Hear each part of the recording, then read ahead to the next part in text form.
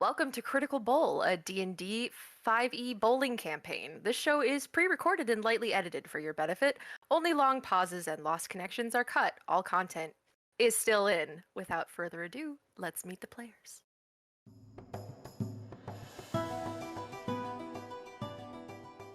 Lindsey playing Snicks Sidle, the kobold rogue. There is some trickery involved, yes, and it usually goes pretty well for me. So, fingers crossed. Yes, I would love to have your wishes of good luck for this night, and we are going to completely destroy them. I am confident. Yes. Big Beaz playing Lucius Sweet Feet McCullen, the tiefling bard. Baby girl, it's been a while, but my God, do you just look like the sun after a long night? Let me get the usual. And how about a drink? You and me, right now. Jared playing Grandmamma Rose, the rabbit folk arcane archer. Yes, for the bowling, yes. And it's just giggling to herself, giggling at everybody around. Very happy to be there. And Kari playing Teri, the turtle monk, and Kailyn playing Toni, the turtle sorcerer. Hey, remember that time when we had that big fight in that post office? Yes. Of course I remember the post office fight. Yeah, you punched that dude so hard he forgot how to eat cereal or something. Yeah. He did in fact continue to try and stick stamps on people's foreheads after that. I never heard if he ever got that resolved. Hey, when are we going to the bowling? Oh, we're here!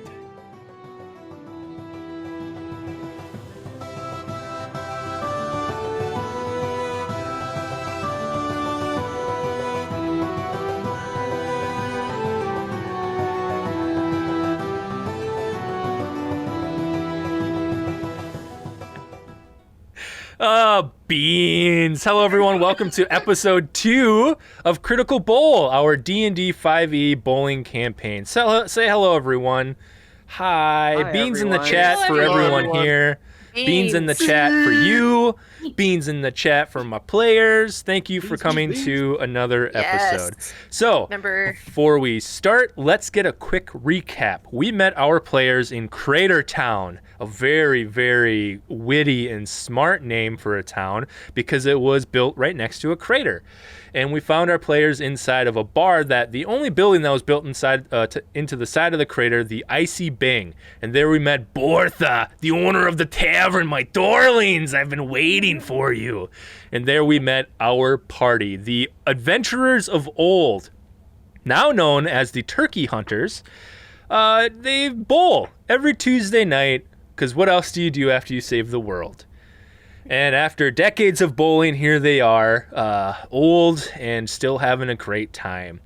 They went into the bowling lane, which turned out to be a battle arena within the crater. And there they had their bowling tournament, their bowling match against the, what was the name? The Silver Strikers, a team of gnomes and one Goliath. And they were great. I think I did a great job describing everything they did. Anyways, just towards the end of the battle, something crazy happened. A bolt of dark energy struck down into the center of the pins, and out from this vortex of necrotic energy came our party's nemesi. Some of them were dead, but they're alive now. And then another epic battle ensued. Unfortunately, our party could not defeat them except for one, the very crazy Cheryl, the Aarakocra that just wanted to eat you. She just wanted to eat you, Grandmamma Rose. But she's dead now, again. And with some great shots. I wasn't expecting that, and I really just kind of did this to my notes, and here we are. And I loved it because it's so great. But the party of Nemesi managed to crack the pins, and inside they found one of the pieces of 10. And then the memories came flashing back to our party. At the end of their last adventure, they defeated the necromancer Bubba, that, again, y'all named in our Discord chat before playing. Bubba the Necromancer. I almost want to call him Uncle Bubba. I don't know if I will. Maybe, yeah, we'll see. You recall at the end of your last adventure, your last campaign, you saved the world by defeating Bubba the Necromancer, destroying his mighty weapon, the Pin of Destruction, and breaking it into 10 pieces. Each of you and other members of your party NPCs that you met in the last campaign took a piece of 10 and hid it somewhere. And after decades, turns out they turned into bowling alleys. Or at least bowling in this world, which is far more vicious and a lot more fun, in my opinion. But after this little adventure, you made your way back to the Icy Bang where Bertha brought you in, and then that's where you saw suddenly appearing in a puff of necrotic cloud a little flyer that said, "The Bowling Tournament of the Ages." And that's where we are now. But we're not, because I need everyone to roll initiative. What? Already? Yes. Okay. What? No resting? We're old, we're weary! Adam! Okay, with initiative rolled, I need everyone to roll a d20 flat. And let me know what that number is. 14. 14? Hey, yeah. 17. 17? 16. 16? 2! Okay. All right. No. Getting all the bad rolls out now. It's okay. Nice. Yeah, get it out now. Perfect. Oh, here's the lap. Here's the lap. Let's get it. Let's get it. My curse shed its proteins, and now it's on you. Now it's all over you. Doubled your last roll. Oh, Okay. that's so I good. doubled your it. effort. That's it's only so gonna great. go up exponentially from here. Yeah, Exactly. it's we Next can is a only 4, go then up. an 8, This is a 4. 16s, 20s, that's it. All right, since Teri and Toni rolled so poorly twice in a row, as you're walking back to the Icy Bang, suddenly, boom, we are decades into the past. You are in the final battle against Bubba the Necromancer. Where are we, Shit. Kailyn? At the hot springs. The Hot Springs, okay. Yeah. Toni got really excited when she heard we were going to the hot springs because she thought it was for fun, but it turns out that the hot springs is actually this like really important arcane location. So Bubba was necromancing. Yep. Beautiful. Okay. The Hot Springs, the arcane location where Bubba the Necromancer had built his fortress. Y'all, you see scenes, a montage of everyone here blasting through his necromantic hordes coming towards you.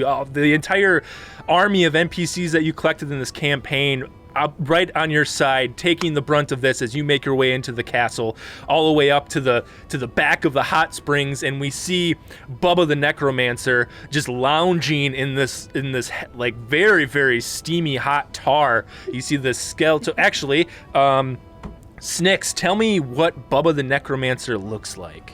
Okay. Well, so what I'm feeling, right? Lizard folk. How do we feel about Ooh, okay. I Yeah. love it. Yeah. He's got like a big ol' like part of his top jaw is missing. It's like chunked, but it's not like he's rotting. He's just sort of messed up and scarred and looks intimidating because of it. That's incredible.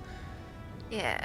The party reaches this. You all withdraw your weapons. You get ready to fight, and then Bubba the Necromancer comes up. This lizard folk. I'd imagine he's pretty big. Then he's They're with part of tall. his face kind of missing. I have this now image of kind of half dead, like some of the flakes or some of his scales are just kind of gone or like kind of slinking off a little bit. He's a necromancer. He's brought parts of himself back as well.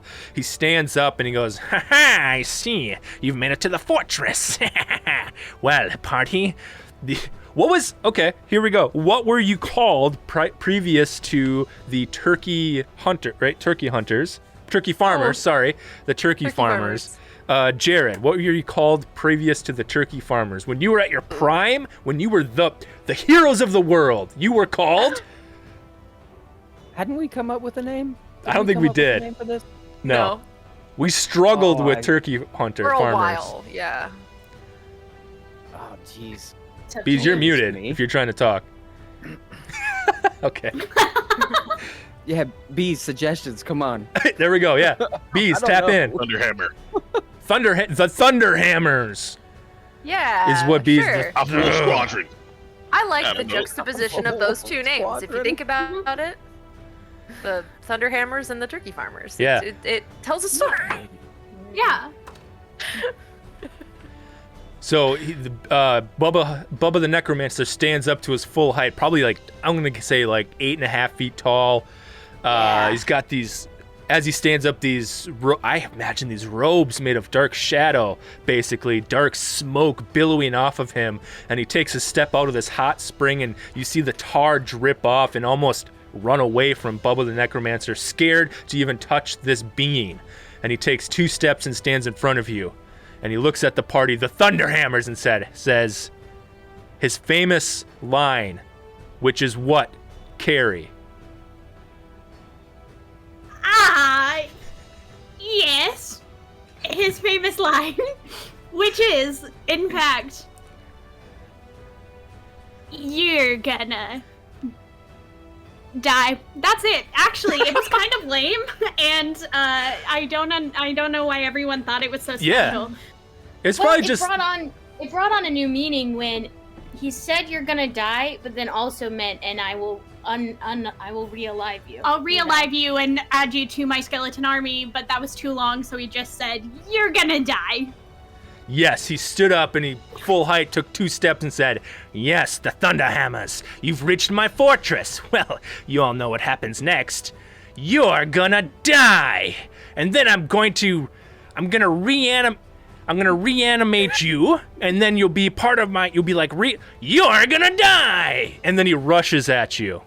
Oh no. Top of the order, Rose. Describe 3 epic attacks that you've had against Bubba the Necromancer. I mean, obviously, there's the arrows, right? She's flipping around, rabbit. She's like doing all sorts of crazy little flips, like flipping from here to there. He just can't catch up. There's just arrows flying at him from everywhere. The bow's like popping in, popping out. She's like jumping off walls, doing parkour. He just can't catch up with her.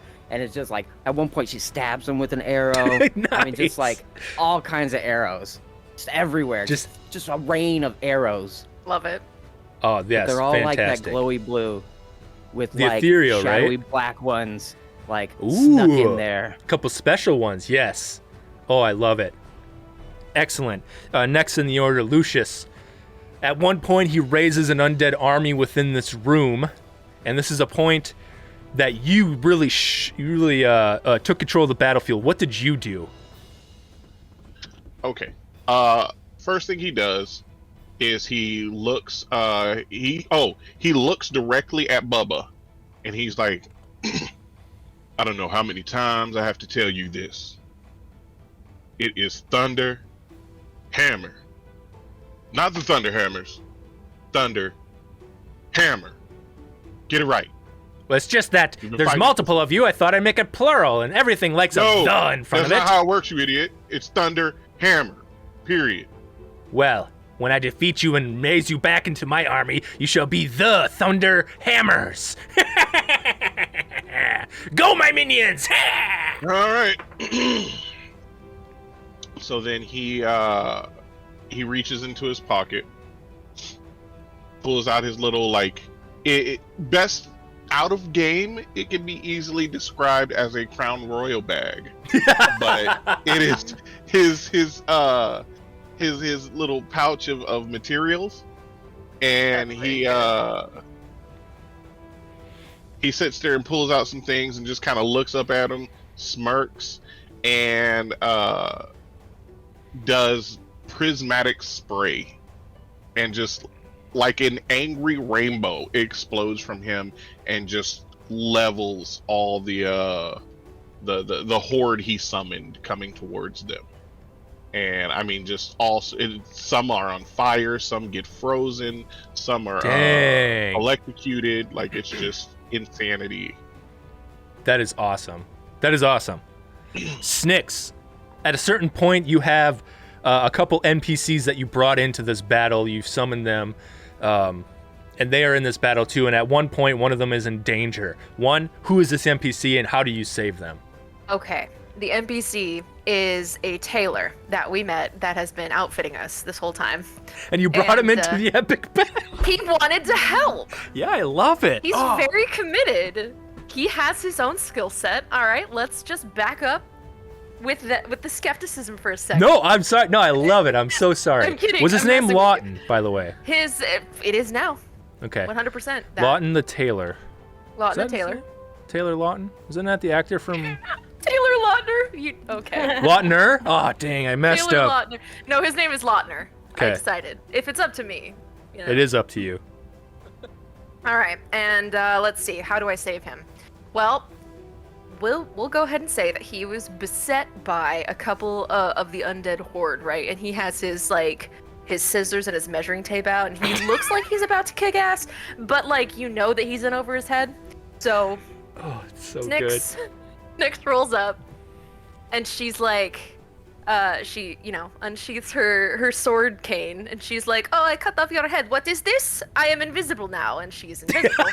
And then here's where I'd like your help with this, because I think it doesn't go well. I think Oh, no. the cane does the magic surge thing, and I want you to tell me how we can use that to turn this into a beneficial situation. Oh my goodness. Well, let's go ahead and pull up the wild magic table.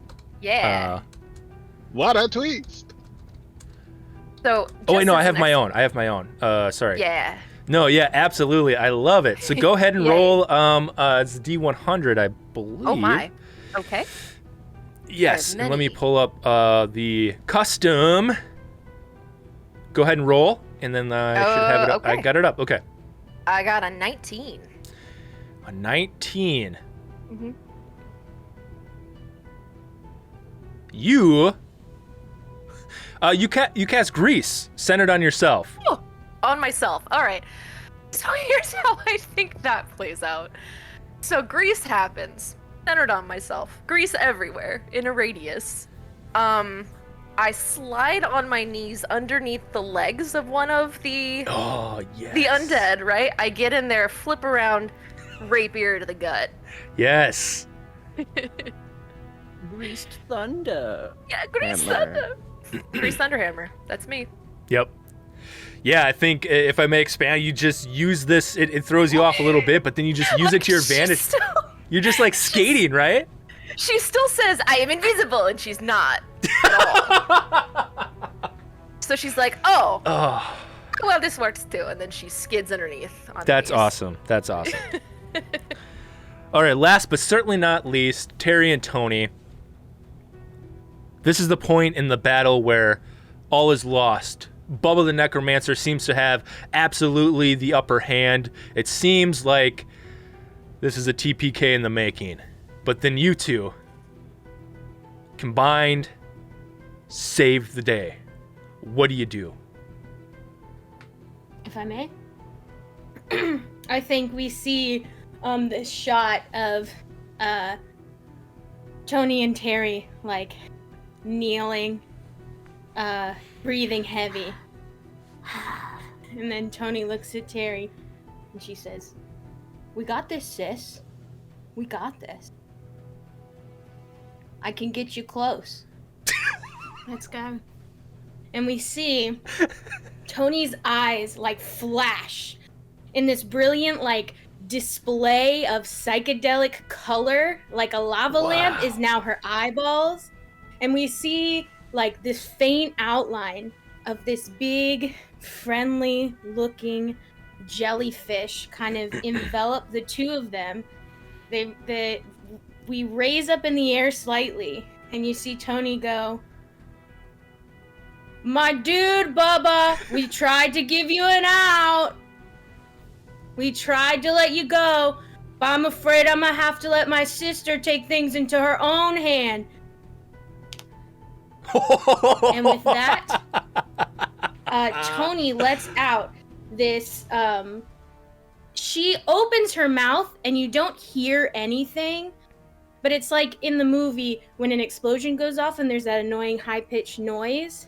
It's like all the sound leaves for a minute. And we hear this high-pitched squeal, and all of the like dead army lieutenants and generals that were surrounding Bubba are hit with a psychic burst of energy coming from Toni, and they all just fall. And then as we get closer to Bubba,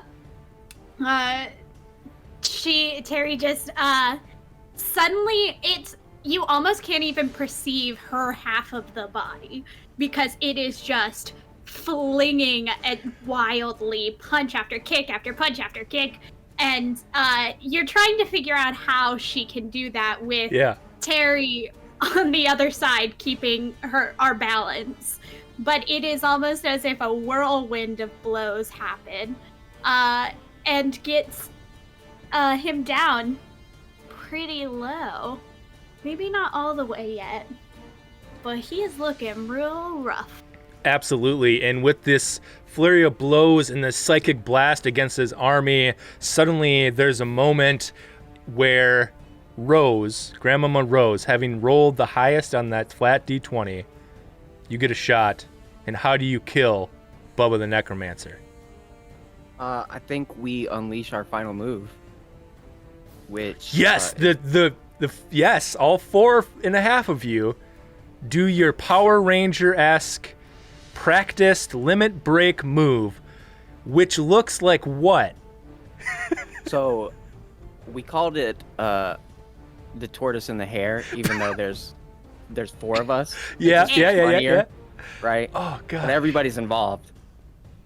And so there's like this point where everybody comes together. Stuff's glowing. You don't even know how or why. It's just glowing for no reason.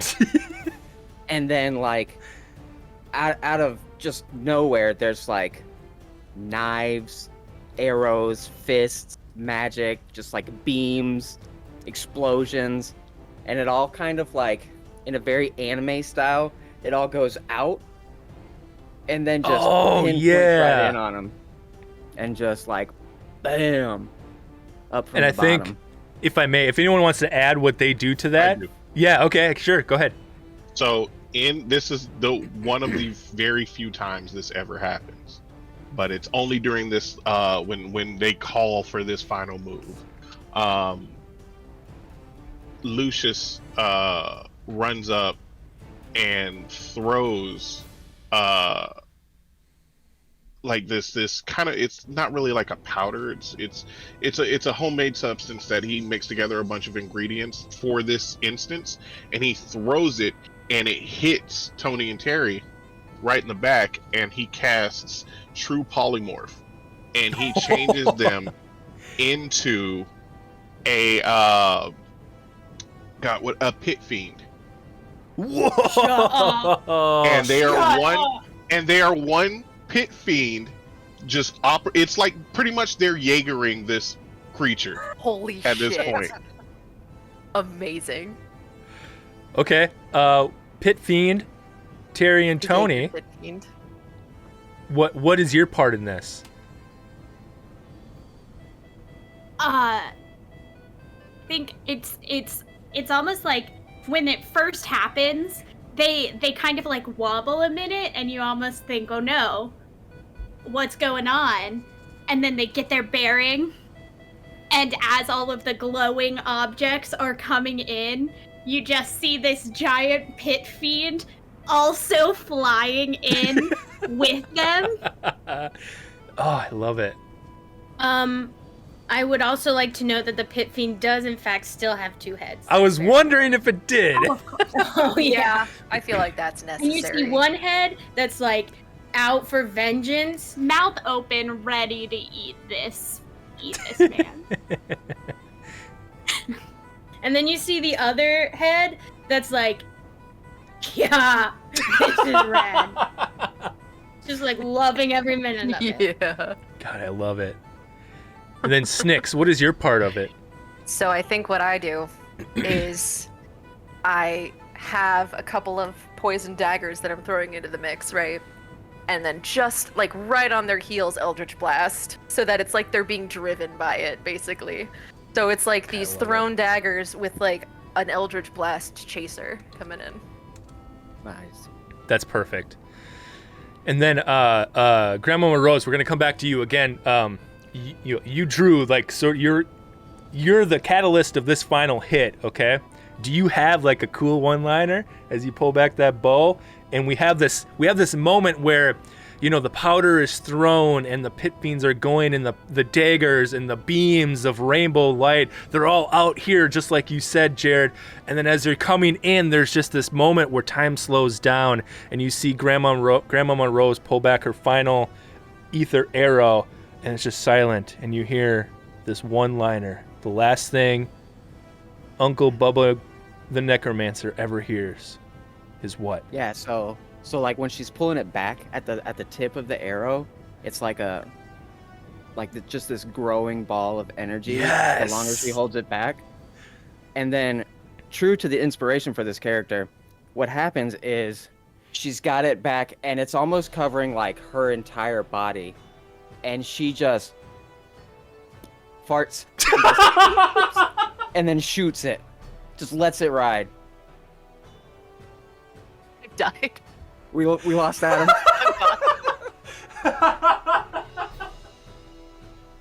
Thank you. Thank you. That's so good. Oh, You're so good. You know my weakness. It's a good fart joke. A grandma fart joke on top of it. Oh! And you let out that little toot toot, and it gives just enough of that juice to propel this limit break towards Uncle Bubba the Necromancer. Grandmamma Rose's Toot Toot Juice. Yep. Today. That'll be our first sponsor. Yes. And you see, as you were charging up this final attack, does it have a name? Kingdom No. Hearts is light. I don't know. What was that? Kingdom Hearts is light, but that's Kingdom that's not true. What? It's not correct. It's called Not a the suggestion. video game Kingdom Hearts. That's what it's called. It's like, everyone, the video game Kingdom Hearts. That's what it's Yeah. called. What?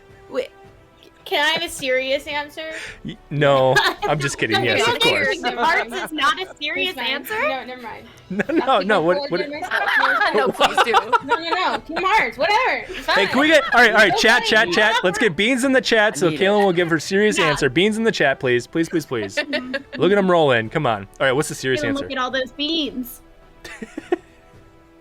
You know, the only time I've ever seen that many beans was when we went to the Bush's Baked Bean Museum. Not sponsored, but please, Not sponsored. Bushes, get at Please me. Come sponsor on. us. Listen, I would go back in a heartbeat. What if it was like, okay, because we're like Thunderhammer?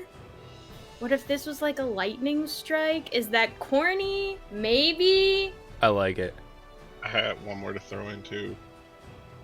What about, since this is like our big shebanga bang and it can take down damn near anything, what if we just call it Leviathan's Bane?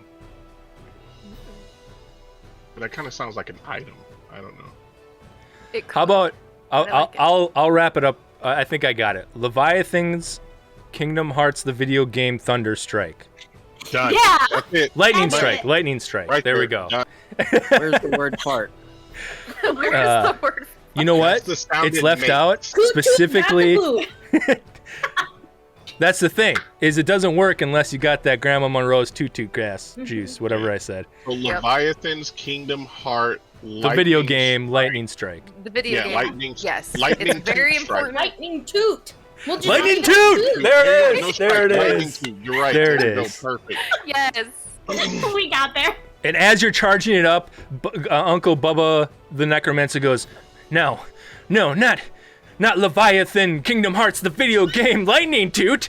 I have no defenses. And then, when the dust settles, 20 minutes later, because it's such an epic hit, all you see is the pin of destruction on the floor. As the party comes and gathers around, the four of you plus Lautner the tailor plus Bertha is there, and then a bunch of other NPCs that we have yet to identify. And the camera pans around the circle and then looks down at the pin of destruction. And then it cracks. And cracks again. And cracks again. And falls to 10 different pieces. And then whoosh! We're back inside the Icy Bang, current day. Decades later. Bertha's at the desk, at the bar, and she's holding this slip of paper. She goes, "Darlings, I don't know what to tell you. I thought Bubba was done. I was there that day. He was toast. Y'all did the epic move. The Leviathan Kingdom Hearts, the video game lightning toot. No one can survive that. I know it." Including me. I can't every time.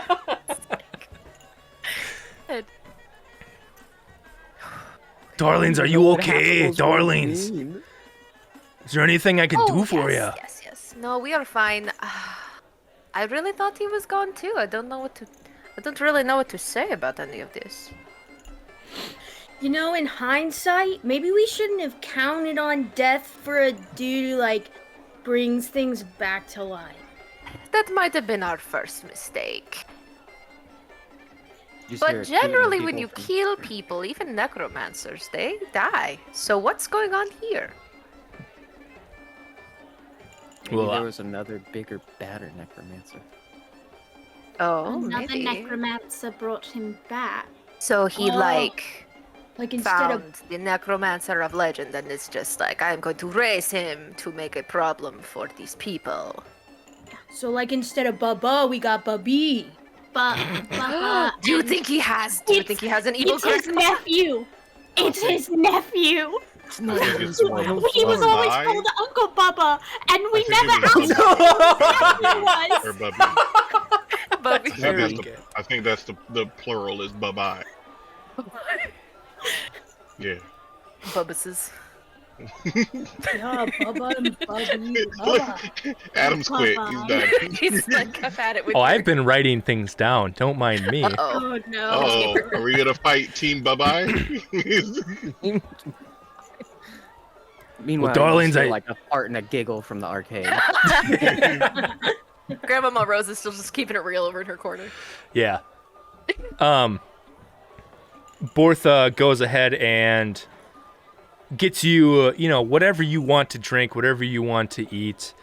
And she comes back and, she's like, Dorlings, I gotta tell you, not having that bowling lane, it's gonna be bad for business. I was a tavern before the campaign and kind of a bowling league. I'm gonna have to change the name for sure.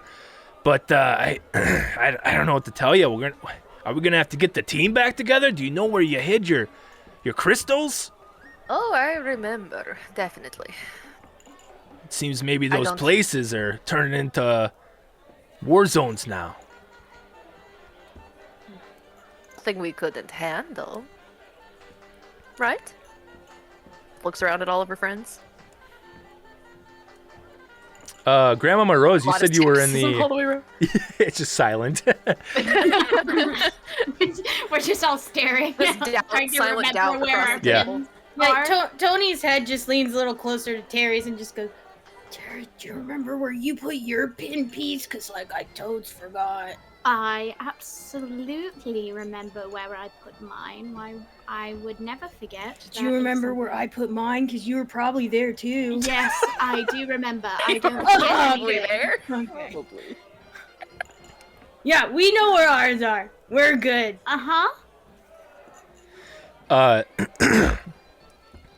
Eventually, Bertha pulls out the parchment that has, the listing of Uncle Bubba's bowling tournament of the ages, win riches, everything you've ever want, just bring Uncle Bubba a piece of 10. And it has a schedule on it. And as you're going down, you see that the first one appears as you're looking at it. It actually wasn't a schedule, it was blank. And now that this one's done, you see, today's date, and it has the Icy Bang. And all of a sudden below that, writing just out of nowhere, you just see it started to write. It has another time and a date and a location. But we're gonna go to Grandmamma Rose, who's in the arcade, right? You said you're in the arcade. Are you watching those kids again playing that game where you kind of shoot the ball? Yeah. Yep. Yeah. You like to spend time kind of in the arcade hanging with these people, right? These young these young kids, yeah. Well, we're gonna pretty up there. Yeah, like youthful energy. Yeah.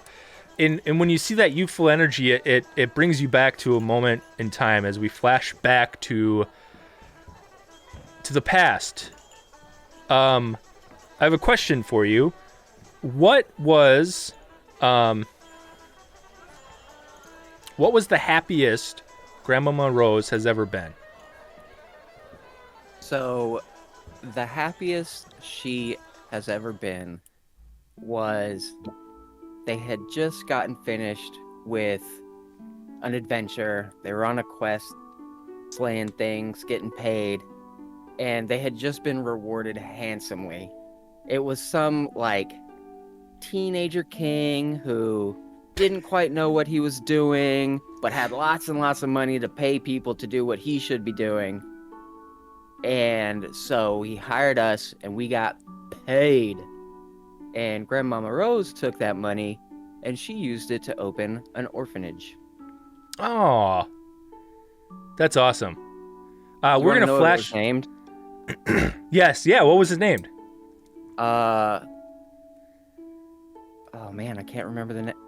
The Apple Orchard Orphanage. Is that what it was called? Trash Apple or Orphanage? Trash Apple. Oh, you little bean. You little bean. Yeah, there we go. So we are now in the past. This is probably, I want to say, if I may, probably halfway through the campaign. So it's, decades previous, and you and another person are standing in front of this newly acquired building. And I think at this, you do that dramatic reveal of the sign out front.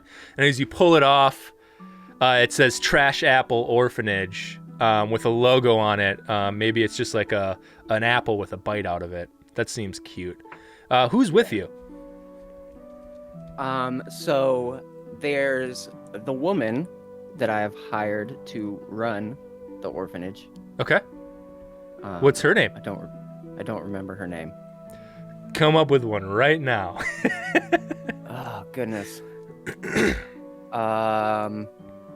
It was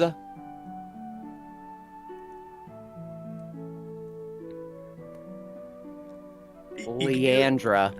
Yandra? Leandra. Okay. Leandra's there.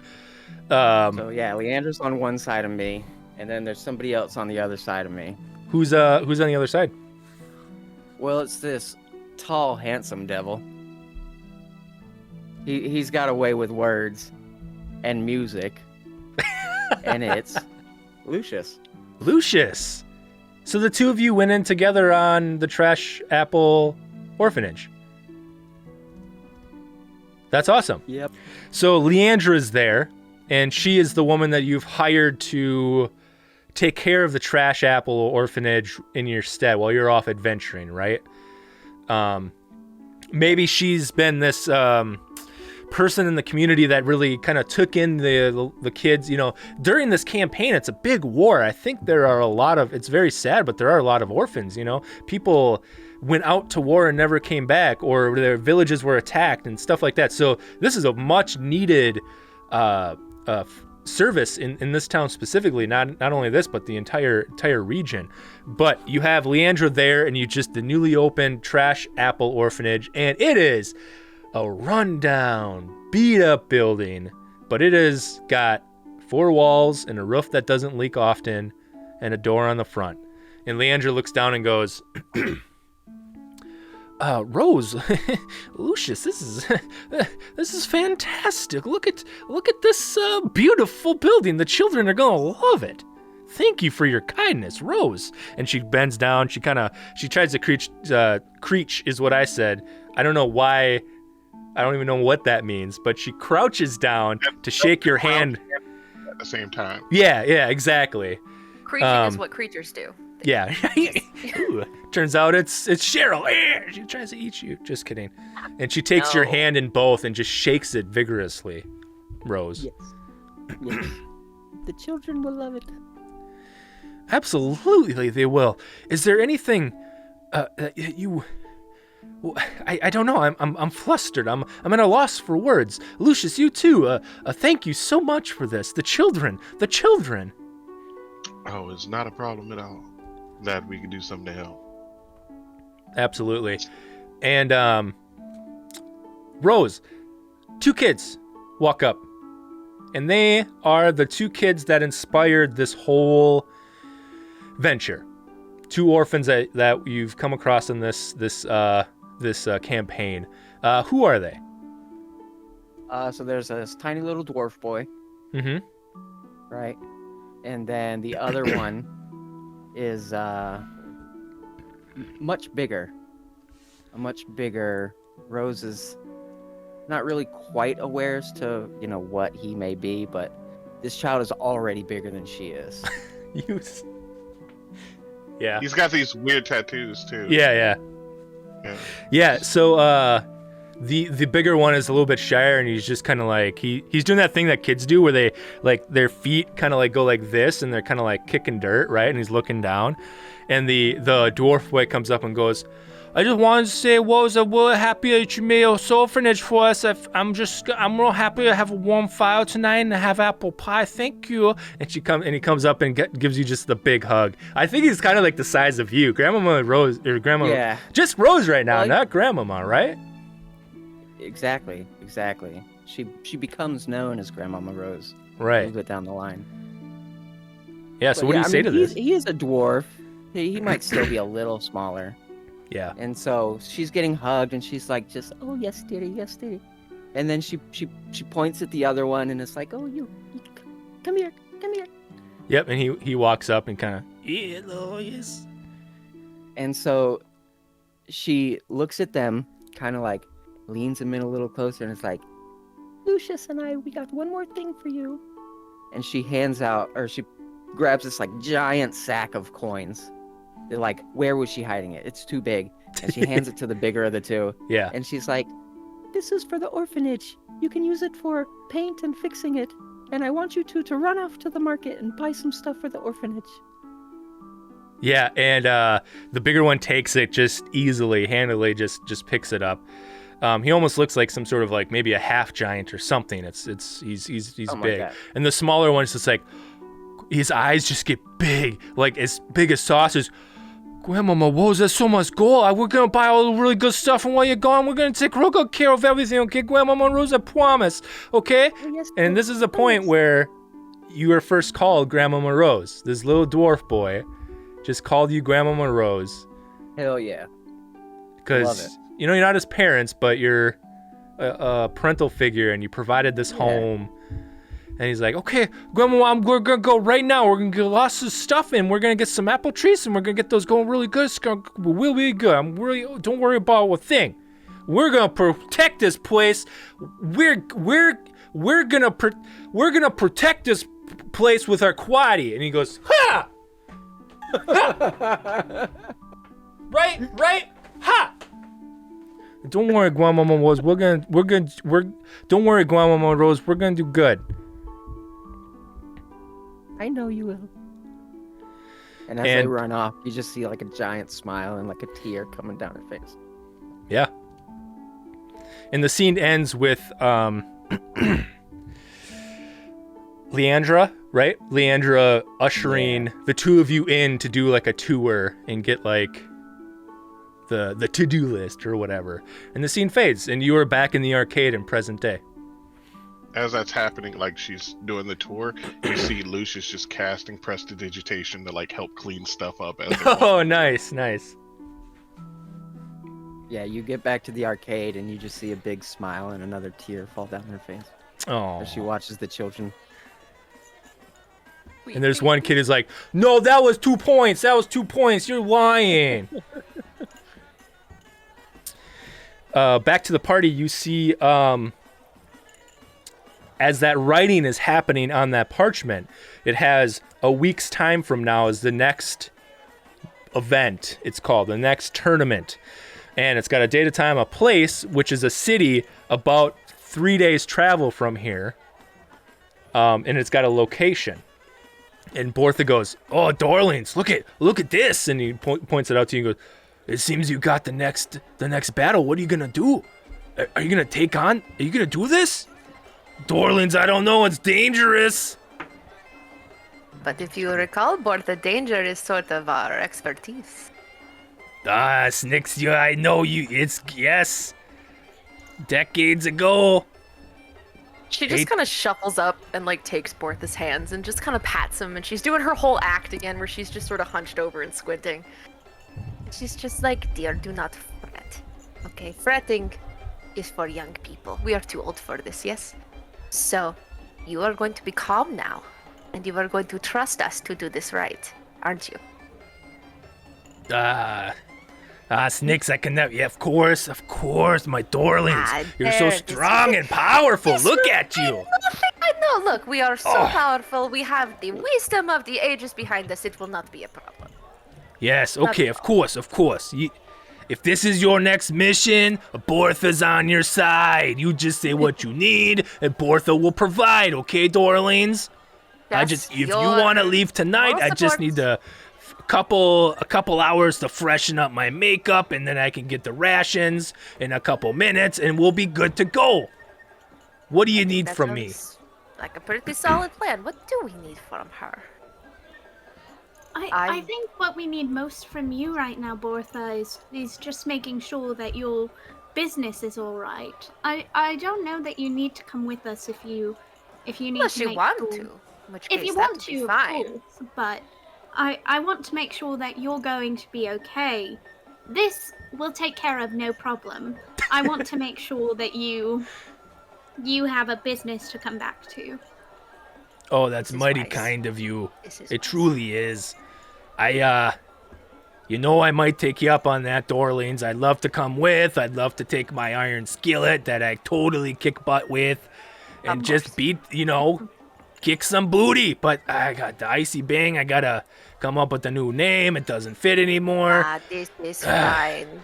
We all have our struggle. This is yours. You focus on this. We will focus on that. Besides, where are we gonna come back to after we win everything? Exactly.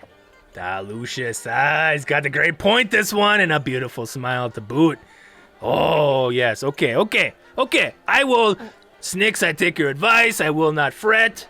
I'm too old and beautiful to fret. I can't do this. It'll cause wrinkles. I will not do it, because you We will do not win. want that. No, darlings, you're right. But you could. Go ahead. Toni gets a very serious look on her face, and she puts a hand on Bertha's shoulder. And she says, "Bertha, I have like the most vital thing that I need you to do for me that will probably turn the tide like forever in our favor." Anything. You know I will do it for you, my darlings. Say the word and I shall make it so. I need some bolchos to go and like 14 orders, because if we have to walk all the way to this other alley, I'm gonna get real hangry. And she, she's a dwarf, an older dwarf, and she walks up and are total taller than dwarves? Like, what's the height? Yeah, okay. And she walks up. They're pretty tall. Yeah, and she takes your hand specifically, Toni, and grabs it, and What? Sorry. I said rude. She said rude. Oh, that yeah. she wouldn't grab You my did not hand. ask for bolchos, so get over it, Teri. She grabs your hand, Toni, and looks up to you and says, "Darling, don't you know I've already got orders in the oven now? They're coming. Your rations will be specifically bolchos. Don't you even fret, darling. Don't cry, please. You know it makes me want to cry. No, please." And she whips out the fan. She goes, "Darling, please. My mascara's gonna run. I don't have a tissue to blot instead of wipe. I can't do it, please." Hand her a tissue I picked from someone else's pocket earlier. Here you go. Thanks. And she, right? Blot, don't wipe. Anyways. Bertha, Your support and your bolchos mean the world to me. And I will make sure that if we ever get into some sort of situation where we need your amazing frying pan, whether it be more food or fighting, I will get in touch with you like so quick. That's all I ask. That and that you stay safe. Yeah. Yeah. Okay. Teri, I got something in both my eyes. Darling, I have more tissue. I just like jump up and start trying to help. That's awesome. And she looks down at this and goes, well, what are you going to do about this? And Toni, you look at the list and you see the name of the location. I need you to roll a history check, please. Mm-hmm. Okay. Not the worst. History has its time. That's a 13. Oh, 13. Okay. It just something about it brings up a memory for you. Mm-hmm. And we're going to flash back to what was Toni's greatest victory. Okay. So, the flashback starts. I'm standing there.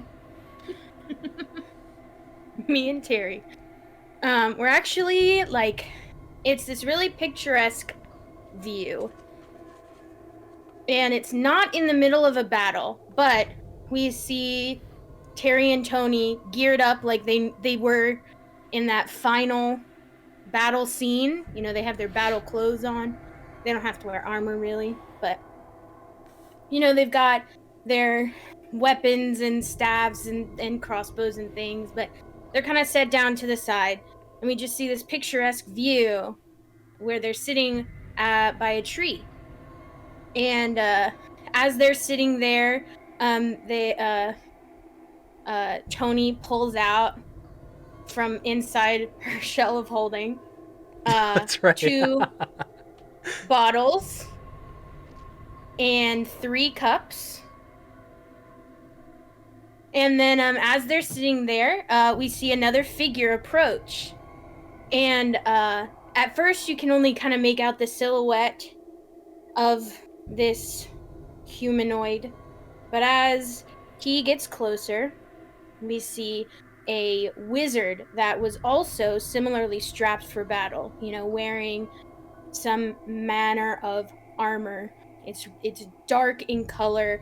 It's like a almost looks like obsidian, but with like these red veins that kind of glow through and around it. And we can see him, and he's carrying something. And as he gets closer, we see that it is a square, kind of 5-inch tall box. And he gets closer, and he kind of gets closer and stands for a minute. And Toni looks over at Teri to make sure that she's, you know, she's a little irritated, but when isn't Teri irritated with Toni? And Toni goes, Don't worry, my dude. I talked it over with Teri, and she's okay. You go ahead, pop a squat, my dude. Just know you're on thin ice. But like really stable thin ice.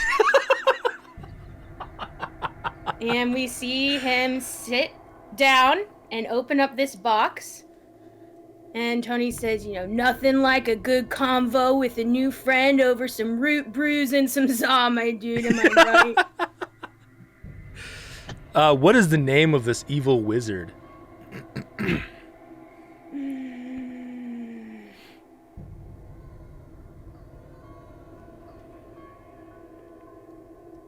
Travis.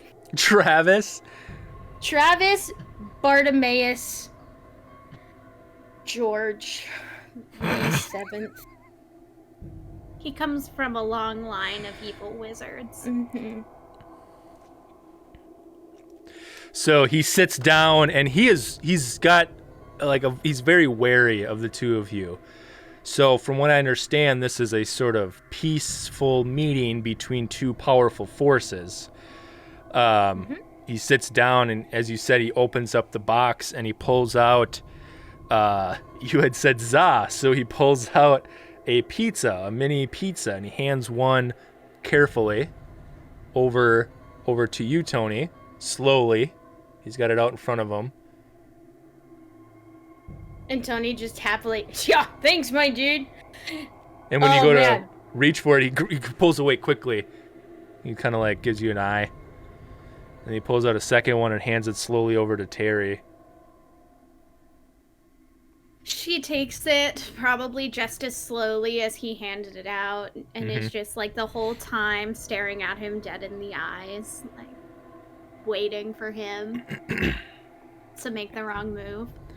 Then he pulls out a third, and he looks at the two of you and he says, "This pizza was my family recipe. I thought it would be appropriate to share on this peaceful endeavor." Trav, can I call you Trav, by the way? Because we're kind of like on better terms for the time being, at least, you know? Yeah, that's fine, I guess. I mean, Hey, we're friends? yeah, my dude, I felt like we could be friends all along. Like, you remember that time when we first met you? Like, the whole party. You remember this, Teri? Oh, man, It you was lobbed great. a fireball right at us. It was such a big fireball. How did you not die? Yeah, it really hurt, actually. Oh, I'm glad. I tried really hard on it. Did it hurt like a lot? You got any scars? I actually, yeah, I've, my scales here are now. Oh, that's awesome. Hey, you remember that You one told me time we she- met and you like punched me so hard I had to talk straight for a week? Look at my jaw still kind of on hinges, and he rah, like unnaturally. But don't worry, I can knock it back in place if I need to. That was a good hit. Yeah, it was, wasn't it? You know, my sister hits harder than anyone ever. And, like, It's true, trust it's me, true. she's hit me sometimes, too. My dude. Yeah, growing up with her, yeah, we didn't always get along as well as we do now. Oh, I can imagine. Some of those hits, you know, I've killed so many adventurers, some high-powered ones, but you got a mighty hit. And he takes a big bite of his pizza.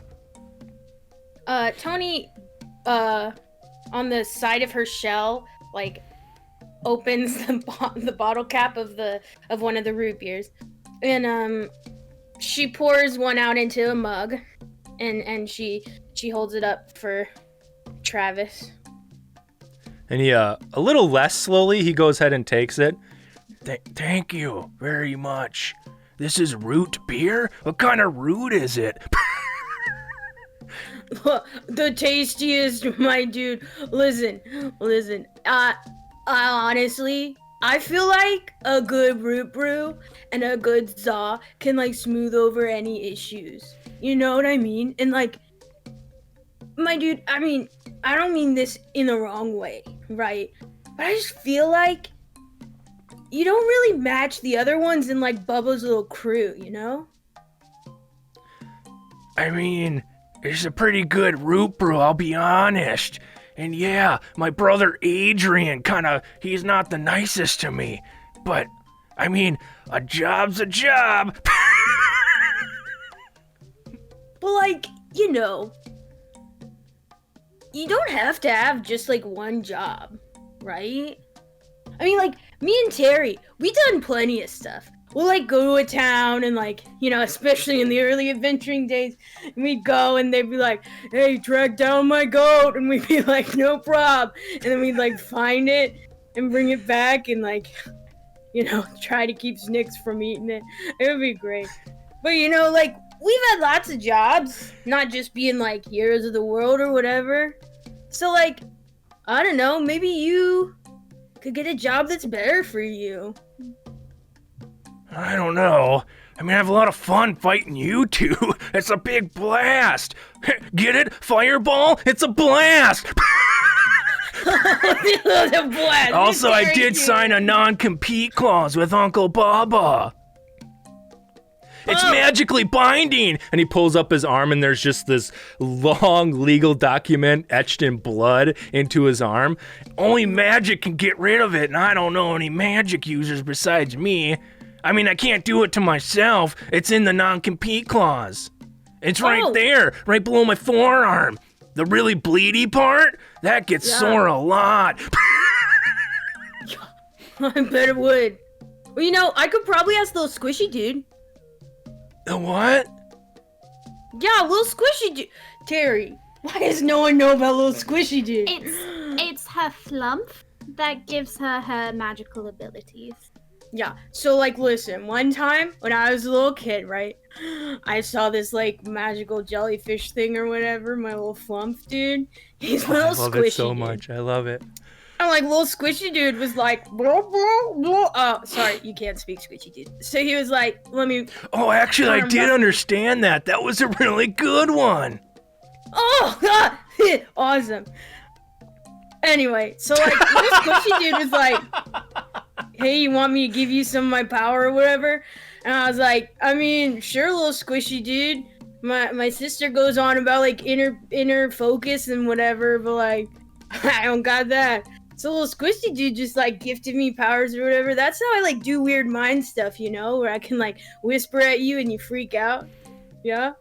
Yeah, that's the worst, although it's nice to have someone else in the noggin to hang out with. Oh, I could do that anytime, my dude. Trav, Really? we could be noggin bros. We'd be like pen pals, but it's with brains. We could be Like brain pals. Brain. Oh my god! And he cheers you. Yeah. I don't know. I guess. I mean, if you could, I guess it's worth a shot. I mean, but the thing is, a lot of people make promises to me and they don't really keep it. Like my brother Adrian, he said he'd hang out all the time, but he never hangs out with me. I just want to drink this root brew and eat Zaws with some pals, you know? And if I blast off a fireball every now and again, that's just bonus. Well, but like, hear me out. What if you did like fireballs for good? Like, justice fireballs. Wait, what? You want me to... You want me to do... You can say it, for Trav. And you see as he tries to say the words etched into his arm glow this dark purple energy, and he goes, oh, the non-compete clause doesn't allow me to say the word. I think you should dispel that now. Yeah, so I've never tried anything like this before, but I could give it a shot. Hey, I'm up for anything. The pain that I feel every day is probably nothing compared. You know, go ahead and try it. And so I think at that point, Toni is gonna like, this is the most quiet and still that anyone has ever seen her. And she just closes her eyes and she just goes,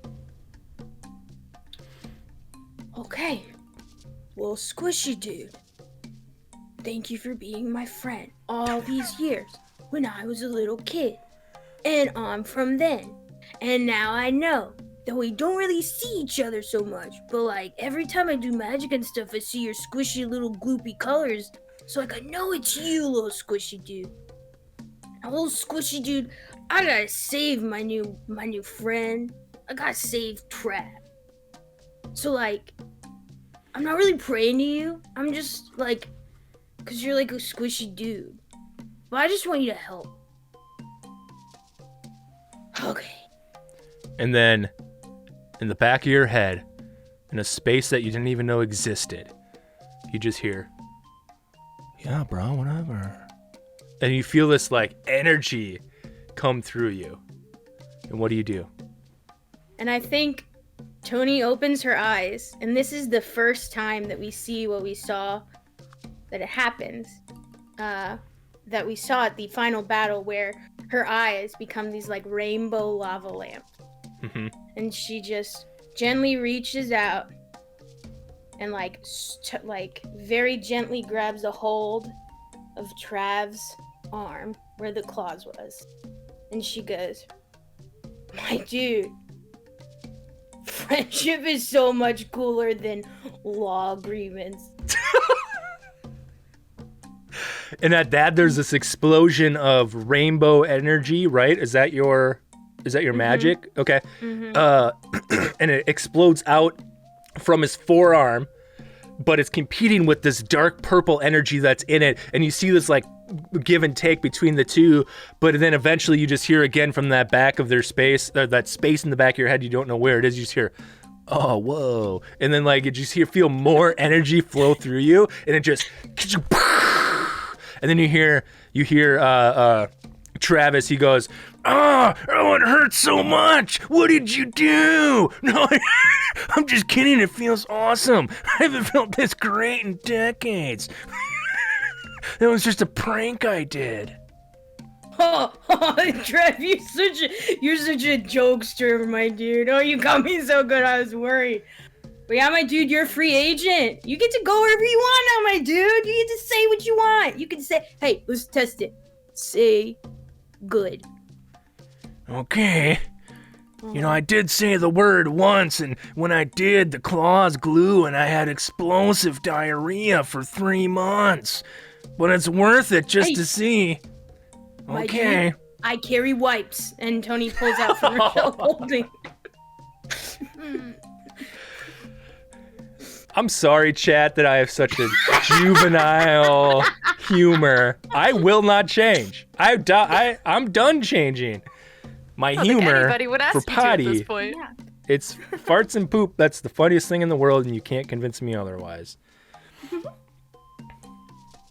And he goes, "All right, for my new best friend Toni, I'm gonna say it. I, Travis Bartimus George the Seventh, do hereby declare that I am no longer evil, and I am good." And then the scene stops.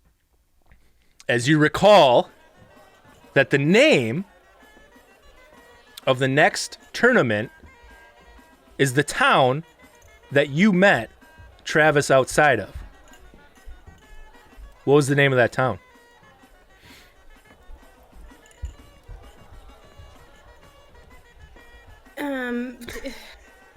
Figgleton. Figgleton. All right. Figgleton. The home of the Georges for generations. The Figgleton Georges, if you will. So you know exactly where this next tournament is as you come back to... Toni's eyes get wide, and she looks at everyone. She goes, "It's the Root Brew and the Za, my dudes!" What is she talking about? Looking straight at Teri.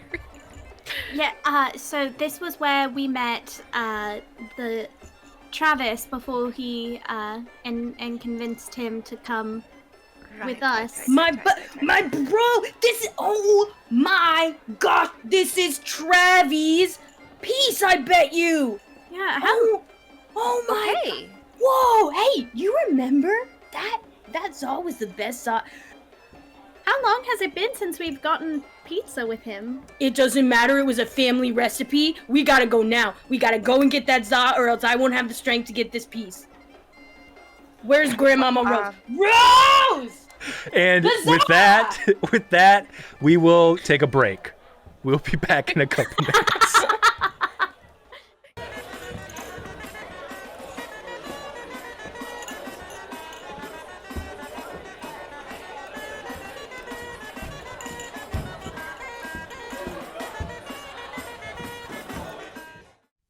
Hello, everyone, and welcome back after break. How we doing, chat? How you doing? I hope you're having a good time. I just, man, I'm having a blast tonight. Beans in the chat. Let's all come together. And Za in the chat. Am I Beans right? and Za in the chat. Bolchos in the chat. Bolchos in the chat. Are they still Okay, bolchos or are they like pub chos? I think for Ooh. the history of it, they would need to still be bolchos. Yeah, Also, for sure. Picturing that the bolchos are served in like a novelty half bowling ball bowl. Wow. Or Oh, I they love have the it. variant of the bowling shoe that's not an actual bowling shoe, probably. It's a bread shoe. bread So our next stretch goal for the stream, when we unlock a new emote slot, it will be the bolcho. The bolcho. bolcho Yeah, and a yeah. bread shoe. What form that will take, time will tell. Yeah, and Hey, actually, chat. if Hey, I Chad, I need you to draw me one right now. draw me a bolcho, draw Right me like now. one of your bolchos. I need it by the end of this stream. Draw me like one of your I will Tex-Mex give snacks. some amount of money to anyone who can send me a picture of bolchos. Oh gosh, and of course we are totally shouting out everyone's contact now, so feel free to DM us all that fan art. That'd be great.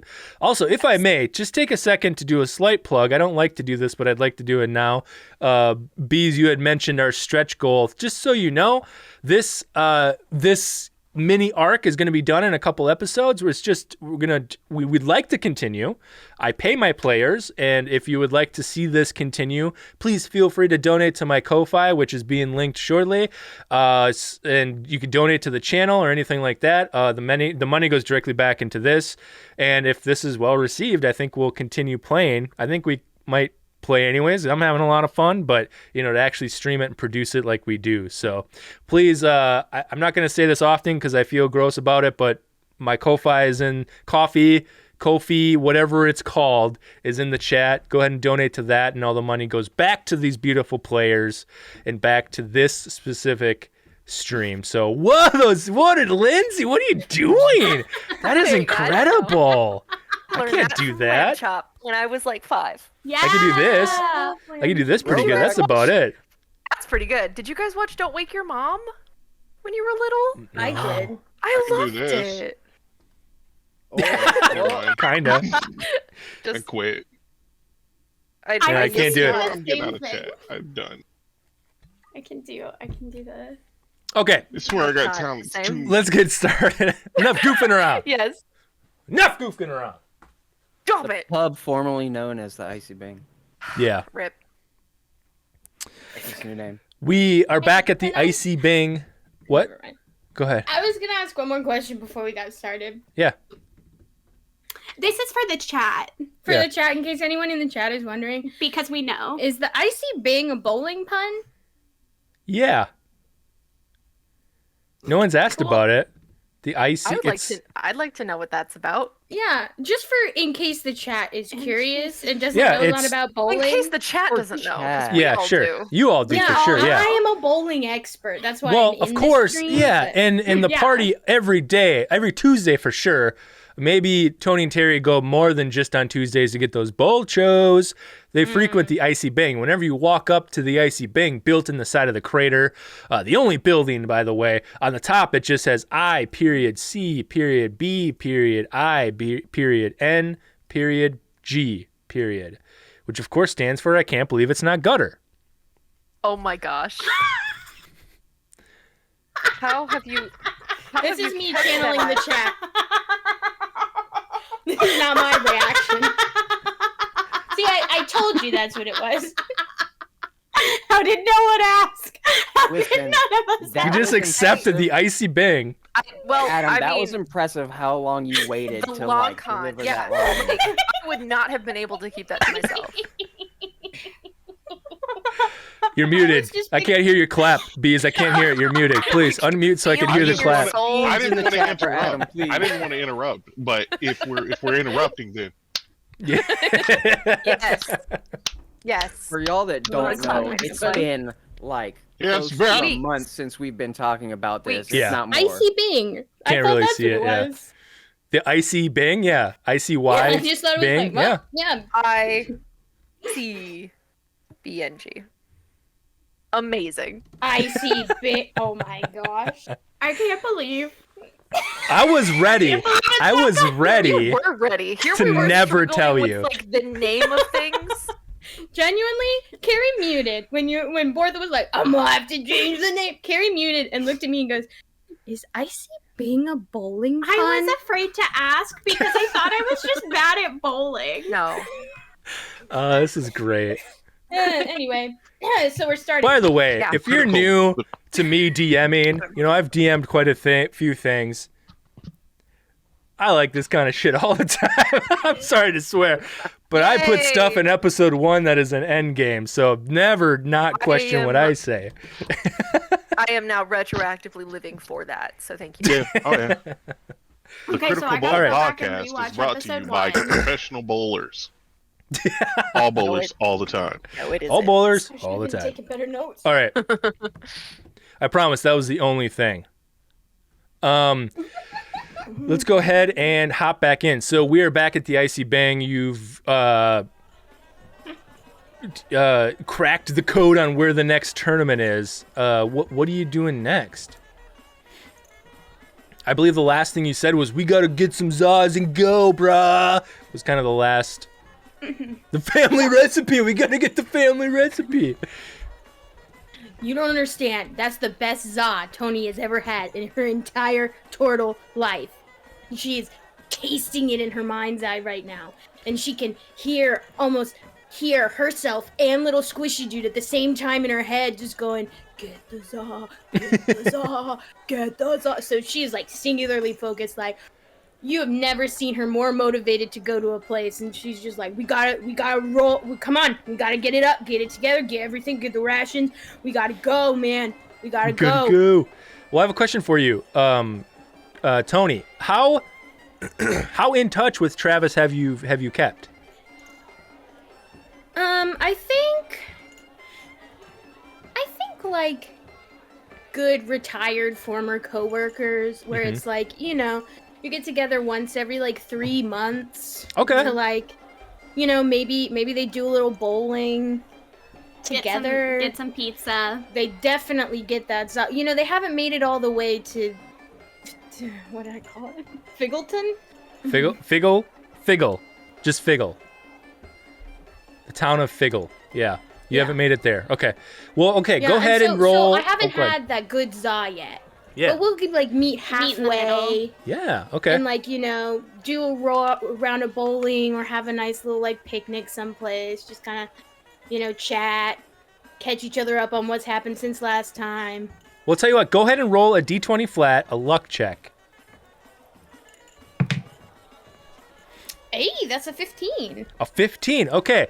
So, Travis Bartimus George VII opened up a magic item shop not too far away from Crater Town. You know where it is. Sometimes you meet there, sometimes you'll meet in Crater Town, sometimes you'll just meet out in the woods to have like a totally awesome time or whatever in the trees. So you know exactly where Travis works and lives. It's, not even a day's travel outside of town. So you know exactly where Travis is right now. Yeah, Toni Teri, magic shop.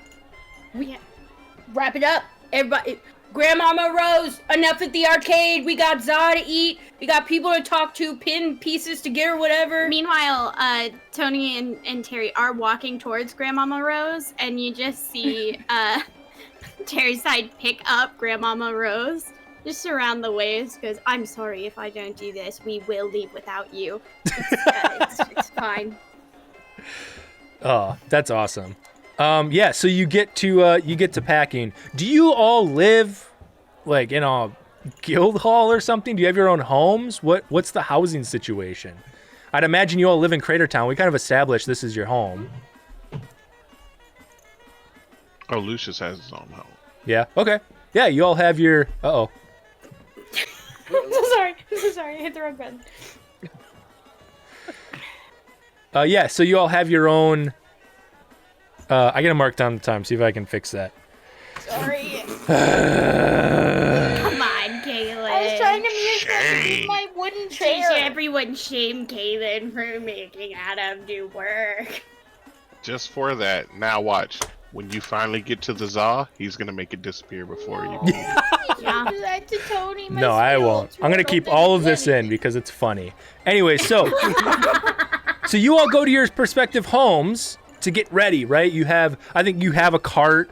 You have you have these travel things that you need, right? So you go to your home and you get what you need. We're gonna start with. I just want to go. Actually, I want to focus on Lucius. Where do you live? What's your home look like? And what are you getting? All right, so he is going to his home, which is it's not flashy, it's not crazy. It's a nice little 2-bedroom brick house. Mm-hmm. It's been painted a dark blue. Excuse me. And it has a black door with a gold little knocker on it, and a gold doorknob. Nice. And he goes in there, he opens the door, walks inside. All the furniture in there is black. The walls are white, and the floor is a marbleized stone. Wow, cool. He wanted to have a nice interior when he went inside. Yeah. So it's gorgeous on the inside. He spent quite a bit of time going out finding special trees to have all his furniture built. So he went through quite a bit, spent a decent amount getting all that together, because he figures if he's gonna be at home, he might as well enjoy it. Yeah, for sure. So yeah, so he's gonna. Oh, go ahead. Yeah, so you're gathering up your things that you need. Everyone kind of was like, all right, 1 hour, we're meeting back in the center. You're gathering up your supplies, and I imagine, because Lucius looks good, right? He looks good. And you gather up your supplies, you got your backpack on, and you look at, I picture this big mirror. And it's kind of like the mirror that you look in before you head out. Maybe it's like near the entrance, right? And you kind of like do your hair, and you're kind of like, yeah, you kind of, what's up, Lucius? And you look, and you're about to go, and then you turn back, and you look at yourself. And you flash back to a moment in this previous campaign. And I have a question for you. Mm-hmm. What was something Lucius had to give up in the previous campaign? Time. What do you mean? This was before. It was like, I'd say 3/4 of the way through the campaign, the last campaign. They were thwarting Bubba left and right. Real thorn in his side, and we were on top of the world. We were kicking ass, taking names, still riding the high of the orphanage and everything. We were doing great. We got a little too cocky. We got some intel that Bubba was trying to resurrect a Dracolich, and so we were like, all right, well, we got to go stop him. So we went to stop him, and we were traveling with this. He was a cartographer that would help us like find, special little spots left and right. And so we were traveling with him, and he was leading us to the spot that we'd heard of. Well, after a while, we still hadn't gotten there, and it was supposed to be in the middle of a lush forest. Mm-hmm. But where we were, the greenery was scarce, and it kind of looked like a fire had gone through a forest. Like it was that dead forest kind of area. And so Lucius, being Lucius, paranoid sometimes, he he asked to see the map to see exactly where they were going. And that's when he noticed the cartographer kind of start to sweat and get a little nervous and get really defensive the longer they traveled. And after a while, he just stopped, and he was like, look, I'm not going any further. I'm not understanding what he's saying. I'm not understanding his problem with everything, but I don't think we're going in the right direction. Oh, go ahead. Finish. I interrupted you. Sorry. I think something crazy is going on with him. Yeah. What was the cartographer's name? Martin Martin. Hmm. What was Martin's demeanor? Just He was kind of like this. He had like a little kind of hunch in his back, but he was usually kind of like, but like nice for the most part, just kind of excitable.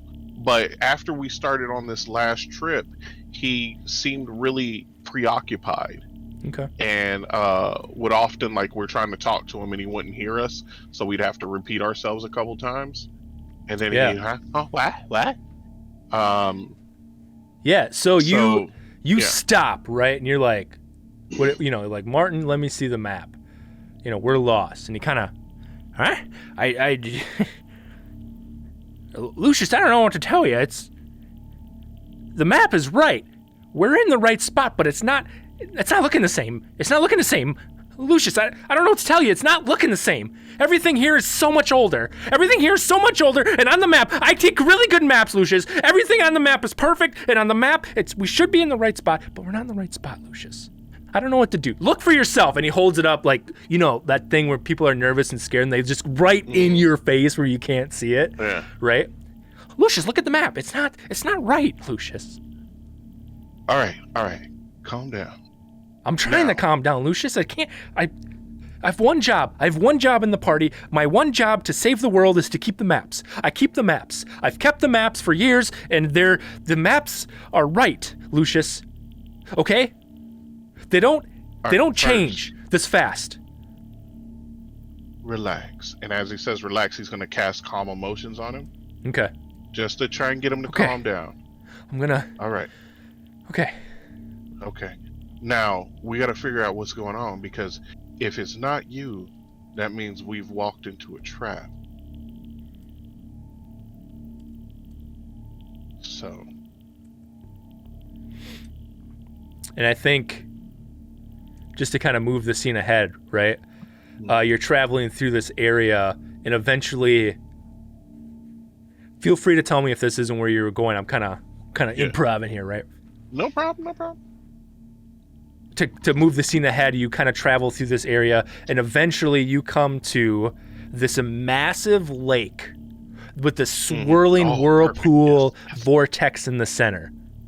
And as you're looking at it, everything around it for miles, anything that seems to be pulling from it is old, ancient, dead, decrepit, or dying and aging so fast. And when you see this giant lake and this whirlpool, you'll see a tree fall down into it. When a second it hits the water, it just shrivels and ages so fast. What do you do? So, yeah, we get there, and as soon as we get close to the lake and start investigating, trying to figure out what's going on, I think it was probably Rose, who likes to kind of stay in the back for the most part. She started to back up, and she hit something, and she turns around, but there's nothing there. And then we come to find out that it's a barrier put up that we walked into, but we can't get out. Whoa. And as we start trying to figure out ways to disable the barrier and dispel it, we start hearing something bubbling from the water. And at first we see a tentacle come up, grab the land. Then we see a tentacle come up on the other side, grab the other side. And we just see this just pure pitch black, just ink come up, and the water starts to pour off of it, and we see 4 more tentacles come up. And it was about that time, once it finally made the soul-shattering, deafening roar that an aboleth makes, that we realized, that we were a little too cocky. So at this point, we're trying to figure out how to, because the ground is starting, as you said, everything, the closer it is to it, the faster life is draining from it. So the ground is starting to become unstable. So as this thing's starting to thrash about, you see chunks of the shore starting to break off and get sucked into the whirlpool. And so we're trying to stay on land, while dodging attacks from this thing, while trying to counter as well as figure out how to get out of there.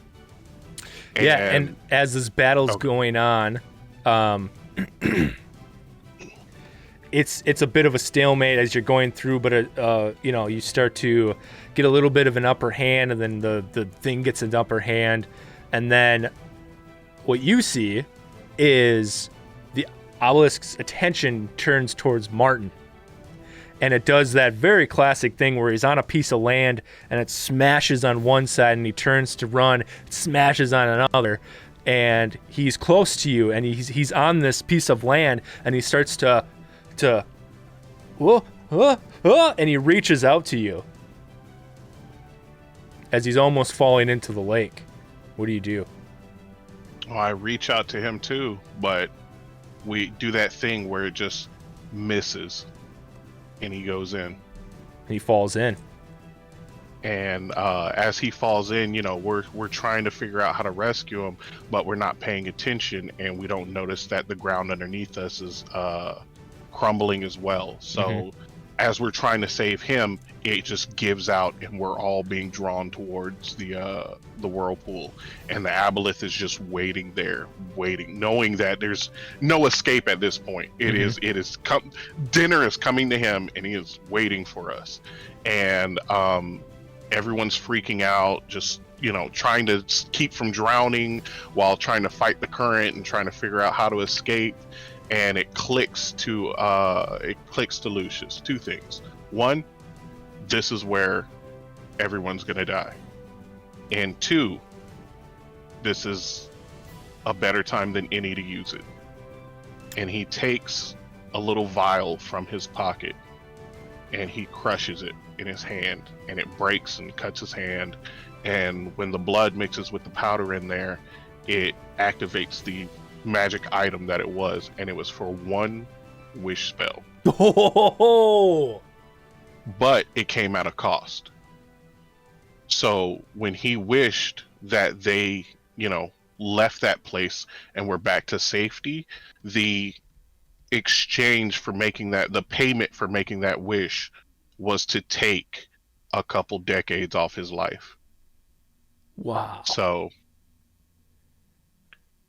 he stops and looks at that, and then looks back and he walks back over to a drawer, pulls it open, and you see the same vial there but intact. And he just takes it, holds it for a second, you see his hand trembling, and he just puts it in his jacket and walks out the door. Dang. And the party doesn't remember this, because as soon as the wish spell happened, everybody was not in danger anymore. No one remembered what happened exactly. But Lucius remembered, because he made the wish. That's incredible. Dang. I love that. Beans in the chat, everyone.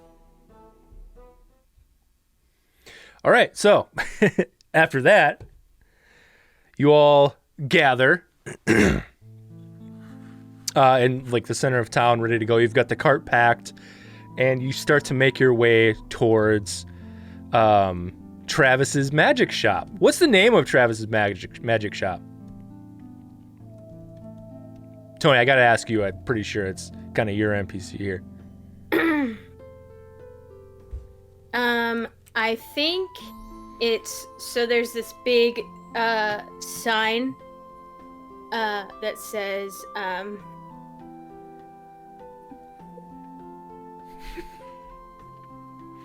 it just has sorry, it just Stop laughing at your own joke No, in your head. I'm cycling through Laugh too. I'm cycling through 4 options of how to describe it. Okay, so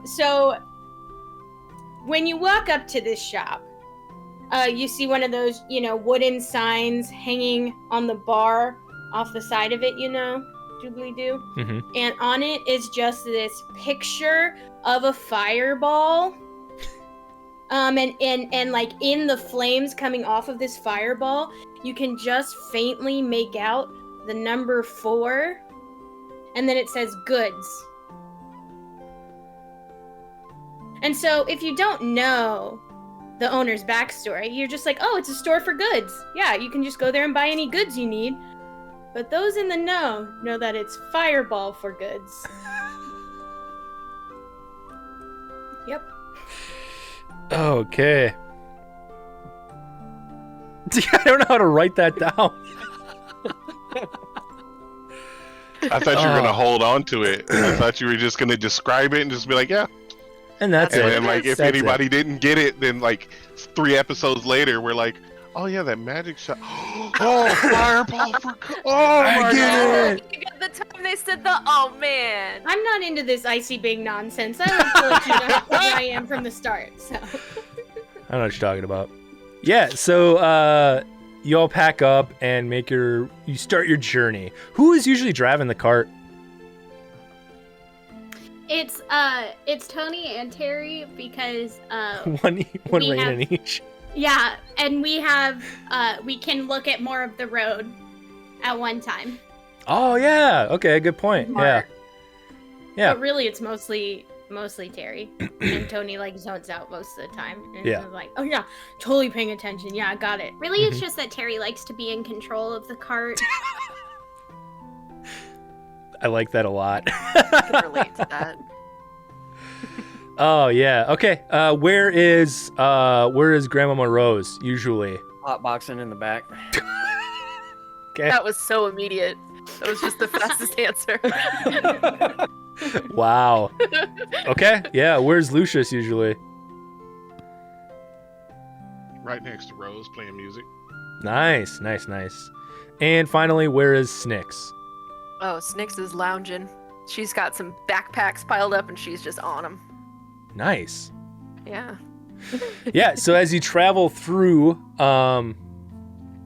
you're traveling on. Like I said, it's less than a day. It's not a dangerous road, so you make it there pretty quick. But as you're going, Snicks, as you're lounging in the back, you catch a glimpse of out the back of the cart. I imagine it's a cloth top cart. Just Sure. just kind of basic. The back is open. Like a Conestoga wagon. Yeah, exactly. And you're Yeah. looking out the back, and you can see, it's a sunny day, the bright blue skies, few clouds hovering up above, the beautifully, luscious green trees, and you'll see people happily walking, back towards town.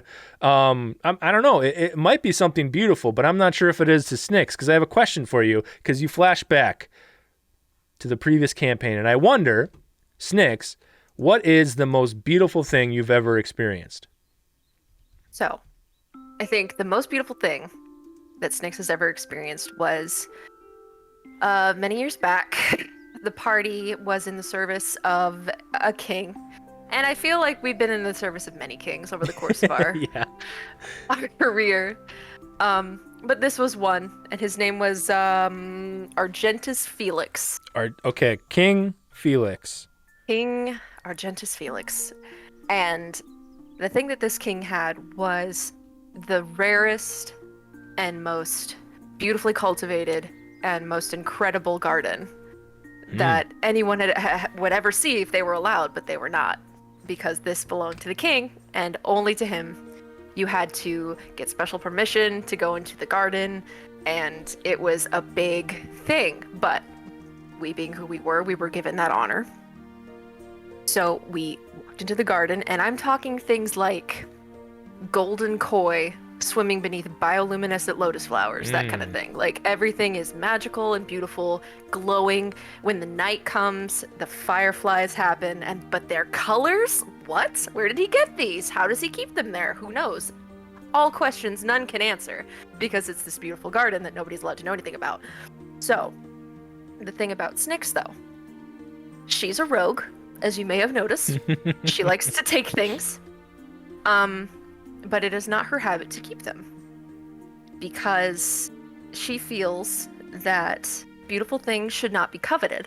They should be shared, because beauty is equitable to joy, and joy should not be coveted. So what she did, she was given her run of this garden. In the few times that she was not being observed, she used her incredible sleight of hand to take some seeds. And so she would just sort of walk around and just take some seeds here and there, some pollen, a couple of koi eggs if she could swing it, that kind of thing. So so she had this little collection of all of these little living treasures from this beautiful garden that no one was allowed to see. And she took them outside of the walls and she roamed the street, and she would just sort of plant them places and just kind of like, I don't know, find a flower shop and say, do you recognize these? And if they didn't, say, oh, well, maybe you should plant them and see what grows. And just kind of like, just dropping them around to people just because she wanted that beauty to leave the confines of that garden and actually be seen by people who would appreciate it instead of people who would simply know that they have it and find satisfaction in that without ever enjoying it. So she, that was her mission. She just sort of wanted to spread this rarity and this beauty. And I think that's something that she still does to this day. As she's lounging back on her backpacks, she like reaches into her pocket just to kind of like take stock of what's there, and she feels that the seeds are there because some seeds haven't found their place yet. She wants to find the person to whom they belong. So Dang. that's, yeah. Do you mind if we have a little scene in this? Not at So, all. King Felix, you've mentioned how you've worked for several kings, because kings come and go. They're a dime a Indeed. dozen. But King Felix here in the castle on the hill town. Sure. Castle on the hill town is the name of it. You're in this garden, and I think, as you said, you've been here several times. It's, just like any other quest in a video game. You go there, you get the quest, you run and pick up the flower and you bring it back, and then you have to go kill the rats, and then you bring it back to the quest giver, right? You've come back, and King Felix is always in this garden. But at one point, it's the 5th or 6th visit, and you're set off. I think maybe it's the last the last quest of the quest chain, right? You won't see the exclamation point above his head anymore. A big green check mark. Yes, exactly. And at a certain point, I think maybe the rest of the party is sort of maybe taken in the garden the last time as they go to leave. But it's just you and the king, and he holds his hand up to this blooming flower that it's closed up, and when he reaches his hand out, and he's got these really just luscious fur cover, and the trim is gold. It's actually gold. And when he reaches his hand out, and he's got like 6 rings on each finger, and they're just so it's just so much. It's so much. And when he reaches his out, this flower is closed up, and when he touches it, it blooms. And when it does, these petals come out, and they're at first they're this ethereal pink, and then they form into this green and purple swirled leaf. And when that happens, 6 little they're like a cross between a dragonfly and a butterfly. They just form out of the remaining ethereal mist, and then they flutter around, buzzing around the king's head before dissipating as they go off. And he holds his hand out, and then he like does that thing where you probably can't see me, but he like swishes his cape back to show the rest of his elegant clothes, and he's got a cane, and he kind of puts it out, and he's got one leg out, and he's got that very regal look, and he's holding this out, and he goes, "Young Snicks, do you know what this flower is?" I cannot say that botany is in my wheelhouse, no. I would think not. This flower is the 3rd most rare flower in the world. I have several. Of this flower? Of this flower, yes. Well, plants. Wow. Each plant produces 4 flowers. Indeed. Wow, that is very fascinating. And every time you bloom a flower with your touch, it will not bloom again. I have several plants for my enjoyment when I'm feeling down. It is good to have recourse for sadness, yes. When you touch these flowers, what do you feel inside? Power. Oh, I see. And this is good for you. Yes, I'm a king. With power comes respect. And a man of my stature needs respect to rule a I kingdom. cannot argue with this. Yes, indeed, this is very true. May I ask you a question, my lord? Can I ask you how you define beauty and what it means to you? Interesting question. I can tell you my answer if you wish to have some time to think about it. I have an answer, for I know what beauty is. I'm King Felix of the kingdom Montebahamontan, Yeah. or whatever I said. Monte Castile. Exactly. Yeah. A town of many names and many beauties. Indeed, it is widely known across the land. Beauty is this flower. It's rare. Not many have it. True beauty. But look around you. This garden is full of beauty, and it is mine. Beauty is something that many people strive to get, but very few do. And, I mean, if you were judging merely by this garden, I would say yes, you have found a way to possess beauty and keep it for yourself. Yes. That in itself is beautiful, is it not, Snicks? Well, perhaps yes, perhaps no. See, to me, beauty is the kind of thing that makes a person grow inside. I don't mean like your blooming flower necessarily, but when you see something like this flower, something rare and something that you as a common person cannot touch, it inspires you. You know? You want to reach for something. You want to make yourself worthy of touching it. Would you say you believe you're worthy? I think I already know the answer to that question. Yes, it is rhetorical, isn't it? It is indeed, yes. Yes. She kind of like rolls her eyes off to the side like, wow. And as he's chuckling, she's gonna just pluck a seed from this very, very rare flower. And as he's having his own little moment where he's enjoying his beauty, she's just taking it. Yep. And as you kind of turn to leave, he says, "This may be your last time in the garden, Snicks. Enjoy it, for true beauty is very rare indeed." I will enjoy it, thank you very much. And I think it would behoove his lordship to know that sometimes rarity and beauty cannot be contained. You may be surprised in the next place you see it. Goodbye. And the She scene turns around and fades.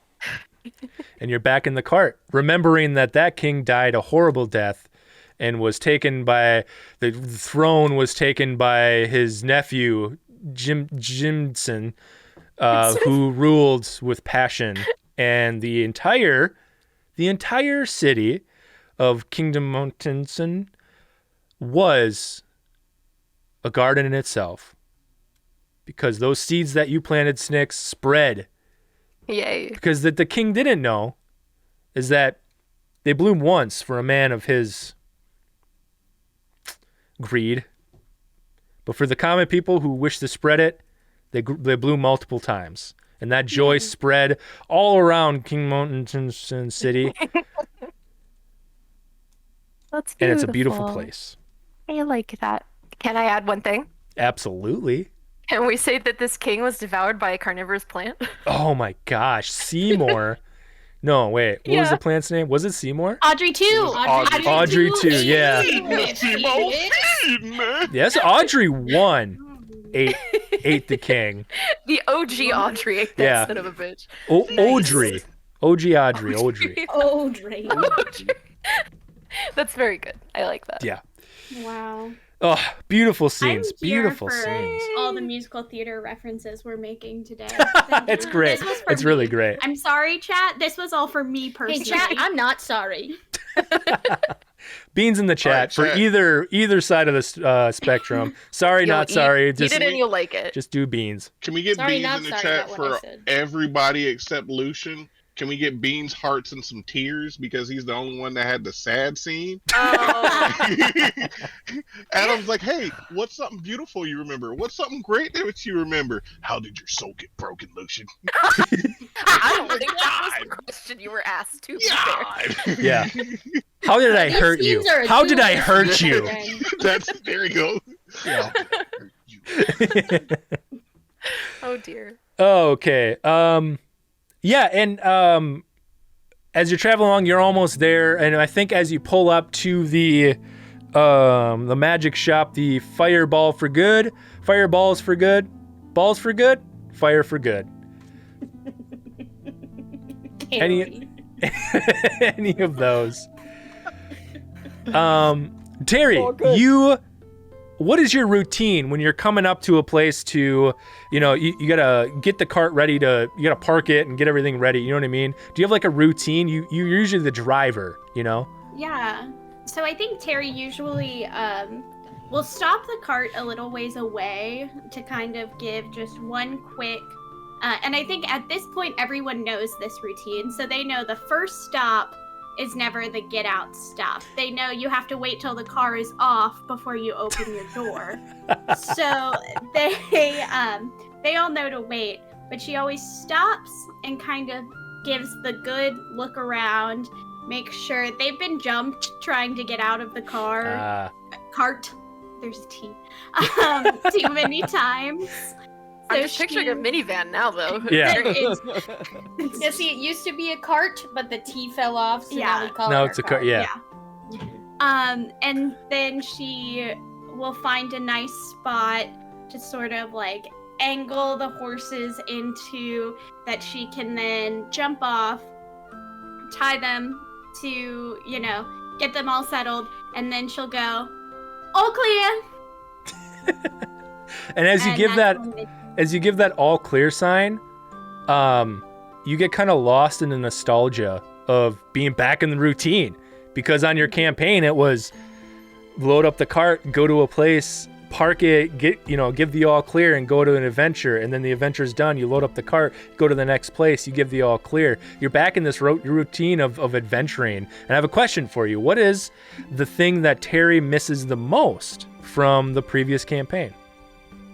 Yeah, so I think Teri will never admit it, not even to Toni, but she really loves the glory. Oh. She loves being told, that she's a hero. That word, the first time she heard it, it was like, that's it. That was her vice, was hearing that. Being called a hero, being, the thanking, the praise, whether it be through like gifts that they were given, through monetary, or just the words.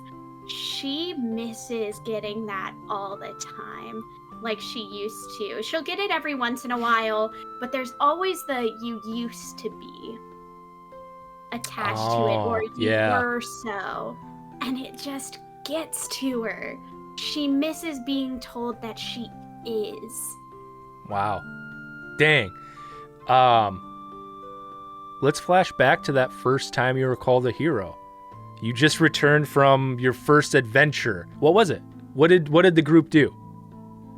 I think our first adventure happened a little bit by accident. Of course, we met in Bertha's tavern. Mm-hmm. And she sent us just this guy had come and taken a bunch of money from the tavern, and she wanted us to she just needed somebody to go get it, and we happened to be the 4.5-5 people that jumped up.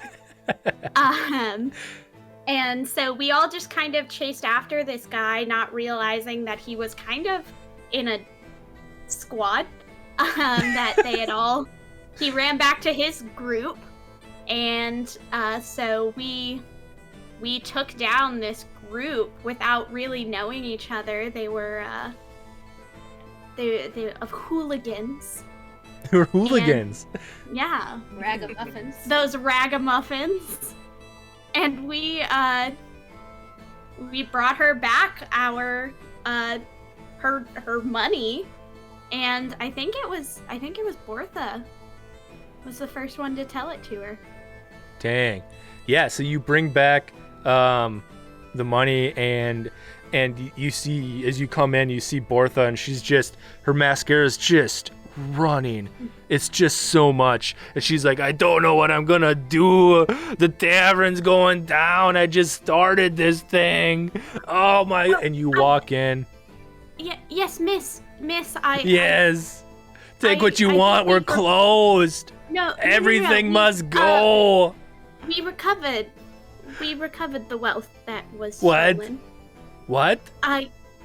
Yes, I believe that you'll find everything in order, as I think And you that hand. was everything. Yeah, and you hand this like satchel that they had put everything in. She kind of opens it, and then she's looking down, and you can't see her face. You know, her beard is a lot shorter, and it's just red. There's no gray in it. And she looks up, and when she looks up, like the mascara was running, but now it's like globby and like it's almost like ink. She's crying even more. She's just, you saved the tavern. Do you understand that? All of you. You're all darlings. You're my darlings now. I've adopted you. I'm your mother. You are my hero. And she takes your hand. She takes your hand and she goes, You're my hero. Oh. You saved me. You saved this town. Those hooligans, those ragamuffins. They're gone now, thanks to you. I don't know about the whole town. I guess the tavern. I guess we saved that. Sure. You did. You truly did. I was up to my neck in debts, and this was it.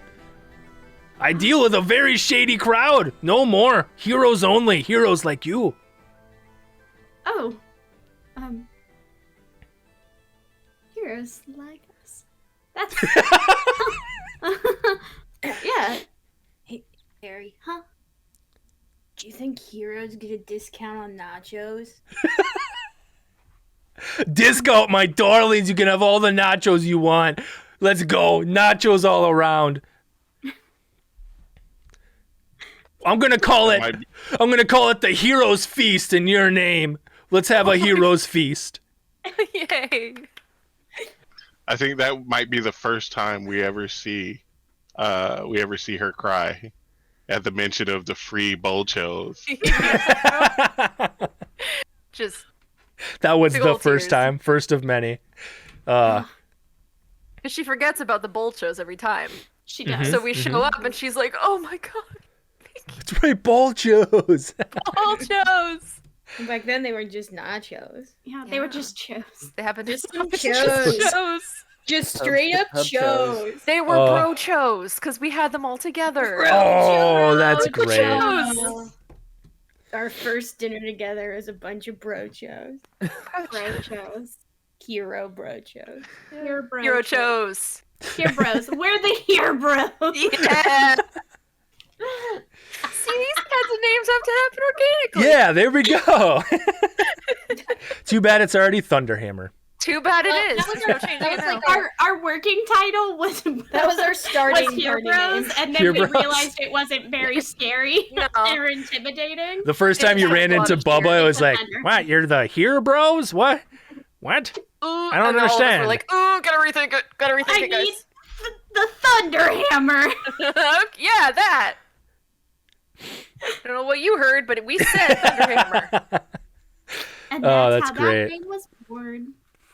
And we're back into the scene as you're in front of the fireballs for good. And I imagine, Toni, you're the first to walk in. This is your bro. Yeah, just her arm busts the door open. Just Trav, my bro. And Who's knocking? And she knocks on her own shell. Oh, that's great. I love that. And behind the counter, he's probably like fixing something or concocting something, and he turns and goes, "Oh, it's you. Oh, you're early. We still have another. Hey, it's good to see you." It's good. I am still doing it. Yeah, dude. I can do it, and I do it all the time because it's a good word, and it's good to say. Arm check. Arm check. And you do whatever an arm check is. I can't see your camera. I'm just like Holding up the arms so that you can see there's no. Oh, I see what you're saying. Yeah. He's like, no, we're all good. all good. Teri, get a load, Trav. Oh, gosh. Oh, the whole fam's here. That's great. That's so It's good. great to see you again, Travis. Snicks, yes, Teri. Oh, Grandmamma Rose, there you are. Oh, Lucius, hi. Welcome to the Fireballs for Good. Yeah, listen, Trav. We got ourselves a situation. I'm gonna need you to make me a stat. Yeah, right away, yeah. And he claps his hands, and you just, what you don't see is his unseen servant scatter away from under his cloak, and he just goes off to the back to start cooking. You see okay, I feel like you took that the wrong way. He wasn't like under his cloak. Okay. No. Hold on a second. Hold on a second. I mean, he's there all by himself. You know, you get lonely sometimes. It's all right. Nothing, I was laughing at the idea. I was thinking of one of those really large dresses with a hoop skirt under it. Like in the Nutcracker when it's the gingerbread mom and Yeah. all the kids come And then out from all under the the kids skirt. come out from under the skirt. I was That's what I was not going thinking in appropriate Adam. That's funny. To be fair, my brain went in a completely different direction. When you said it came from underneath him, I just imagine it just like, it just like went out from behind. Oh yeah. Anyways, he summons his unseen Not servant unheard. to start cooking up some zaz. Yeah, Frederick will have that up in a little bit. He's really good at it. Trav, I freaking love you, man. Oh my god. I love you Oh, too. this dude. So what brings you over here? Why were we here again? We might have a bit of a situation, Travis. I believe one of our old, or one of your old friends, one of our old enemies, and your new enemy. Well, slow down. You're talking circles. I can't keep up. It's Bubba. Oh right, Bubba's back. Might be Bubby. Oh no. Bubba's back? What do you mean? And if I may, you produce the parchment that has the tournament on it, and you kind of point to it, and it shows the location of the next tournament. And he goes, "Oh, that's not good." And that's where we're gonna end this session. Oh, Hey, Travis! that's not good. sweet Travis. Oh, beans in the chat for Travis. Travis, we love Travis. Travis. Beans for Travie. Beans for my Travis. players yet again. Come on, what great little solo Yay. scenes. Thank you so much. Everything Beans was for so the DM, beautiful. everybody. No, Beans not for needed. Adam. Nope. Yep. You get beans. Spam in the chat right now is everyone's, we're shouting everyone out on all of my players, so be sure to follow them, check out what they're doing. Support them as much as you can. And again, thank you so much for coming to the second episode of Critical Bowl, the D&D 5e bowling campaign. We will see you next week, same time, same place. Till then, Bye. may you always have strikes or something. Bye. Farm them turkeys, yo. Woo!